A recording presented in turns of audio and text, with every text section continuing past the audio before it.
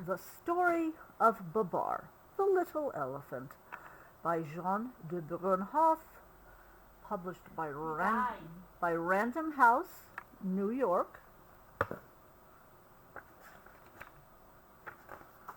The Story of Babar, translated from the French by Merle S. Haas. The original copyright was 1933, which was the year my mother was born. In the great forest, a little elephant is born. His name is Babar. His mother loves him very much. She rocks him to sleep with her trunk while singing softly to him on a hammock. Wow. Babar has grown bigger. He now plays with the other elephants. He is a very good little elephant. See him digging in the sand with his shell.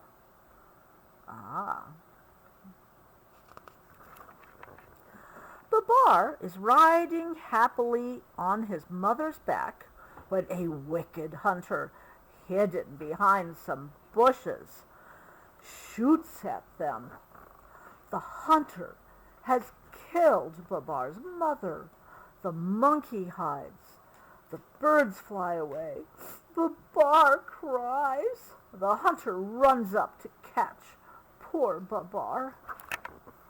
Babar runs away because he is afraid of the hunter. After several days, very tired indeed, he comes to a town. He hardly knows what to make of it because this is the first time that he has seen so many houses.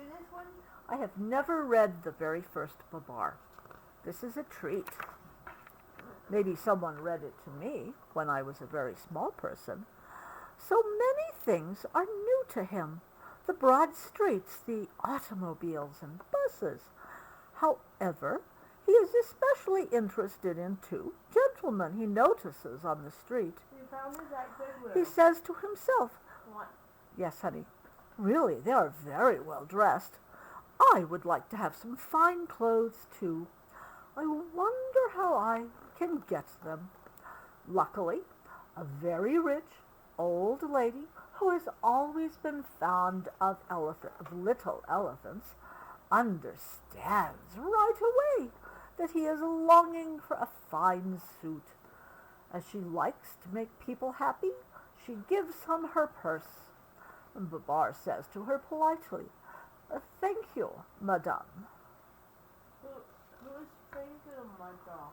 Thank you is thank you, and madame is a polite way to address an older woman. Yes, a lady, an older woman.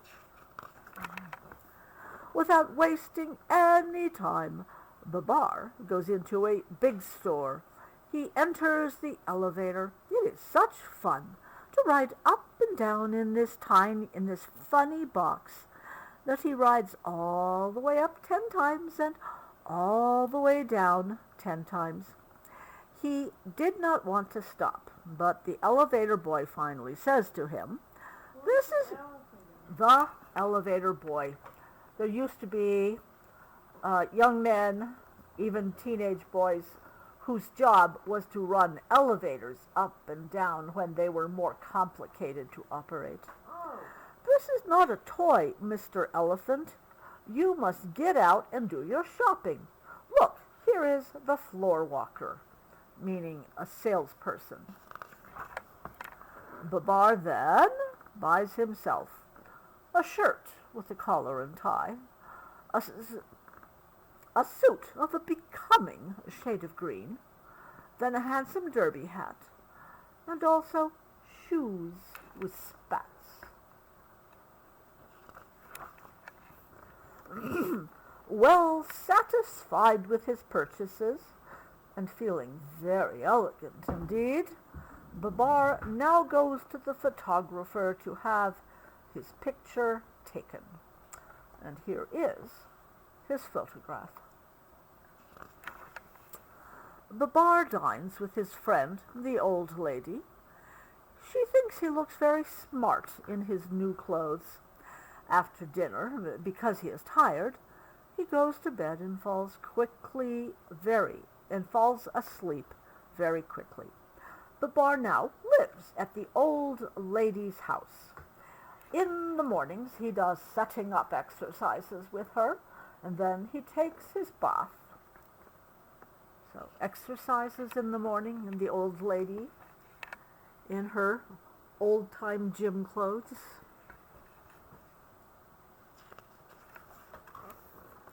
He goes out for an automobile ride every day. The old lady has given him the car. She gives him whatever he wants. A learned professor gives him lessons. Babar pays attention and does well in his work. He is a good pupil and makes rapid progress. In the evening after dinner, he tells the old lady's friends all about his life in the great forest. However, Babar is not quite happy. I am working on it, for he misses playing in the great forest with his little cousins and his friends the monkeys. He often stands at the window, thinking sadly of his childhood, and cries when he remembers his mother. 2 years have passed. One day, during his walk, he sees 2 little elephants coming toward him. They have no clothes on.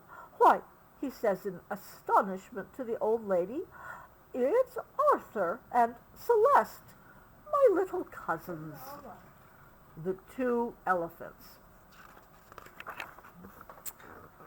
Babar kisses them affectionately and hurries off with them to buy them some fine clothes. He takes them to a pastry shop to eat some good cakes. Meanwhile, in the forest, the elephants are calling and hunting. Of course, honey, high and low, for Arthur and Celeste and their mothers are worried. Fortunately, in flying over the town, an old marabou bird has seen them and comes back quickly to tell the news. The mothers of Arthur and Celeste have come to the town to fetch them.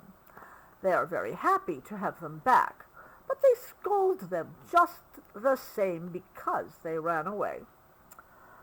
Babar makes up his mind to go back with Arthur and Celeste and their mothers to see the great forest again. The old lady helps him to pack his trunk. In this case, this elephant's trunk is a very large box that used to be called a trunk, that would take like 2 people to carry it, as opposed to a suitcase that was for a smaller amount of possessions. So a trunk, if you were going off on a trip that would take you months, you would pack a trunk. They are all ready to start. Babar kisses the old lady goodbye. He would be quite happy to go if it were not for leaving her. He promises to come back someday. He will never forget her. They have gone. There is no room in the car for the mothers. So they run behind and lift up their trunks to avoid breathing the dust. The old lady is left alone. Sadly, she wonders, when shall I see my little Babar again? Alas, that very day, the king of the elephants had eaten a bad mushroom. That's a bad mushroom. There are mushrooms that are poisonous and will kill you.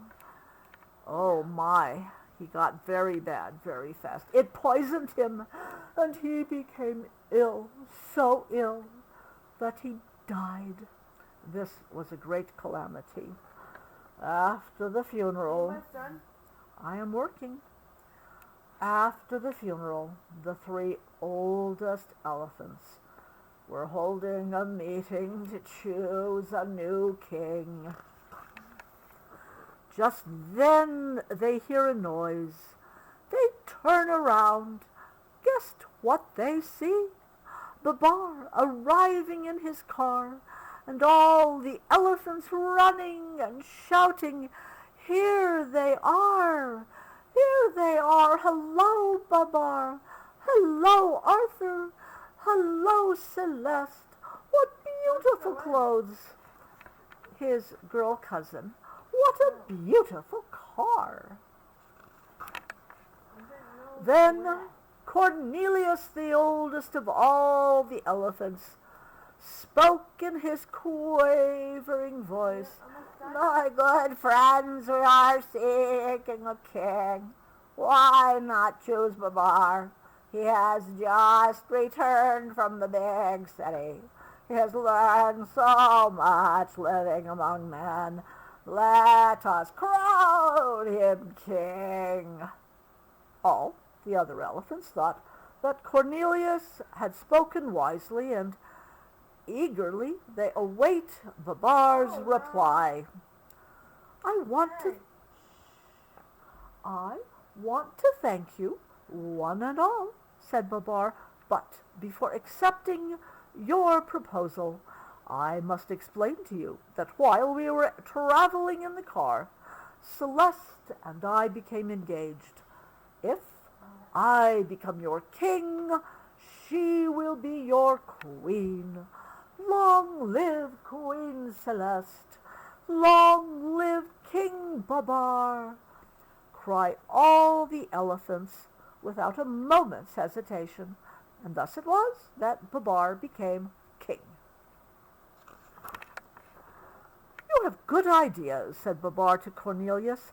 "I will therefore make you a general, and when I get my crown I will give you my hat. In a week I shall marry Celeste. We will then have a splendid party in honor of our marriage and our coronation." Then, turning to the birds, Babar asks them to go and invite all the animals to the festivities. And he tells the dromedary to go to the town and buy some beautiful wedding clothes. Dromedary is a fancy word for camel. The dromedary, the camel. The wedding guests began to arrive. The dromedary arrived with the bridal costumes just in the nick of time for the ceremony. Yes, dear. After the wedding and the coronation, everyone dances merrily. The festivities are over. The night has fallen. The stars have risen in the sky. King Babar and Queen Celeste are indeed very happy. Now the world is asleep. The guests have gone home, happy, though tired from too much dancing. They will long remember this great celebration. And now King Babar and Queen Celeste, both eager for further adventures, set out on their honeymoon in a gorgeous yellow balloon. This has been the story of Babar, the little elephant. Thank you for listening. Bye-bye.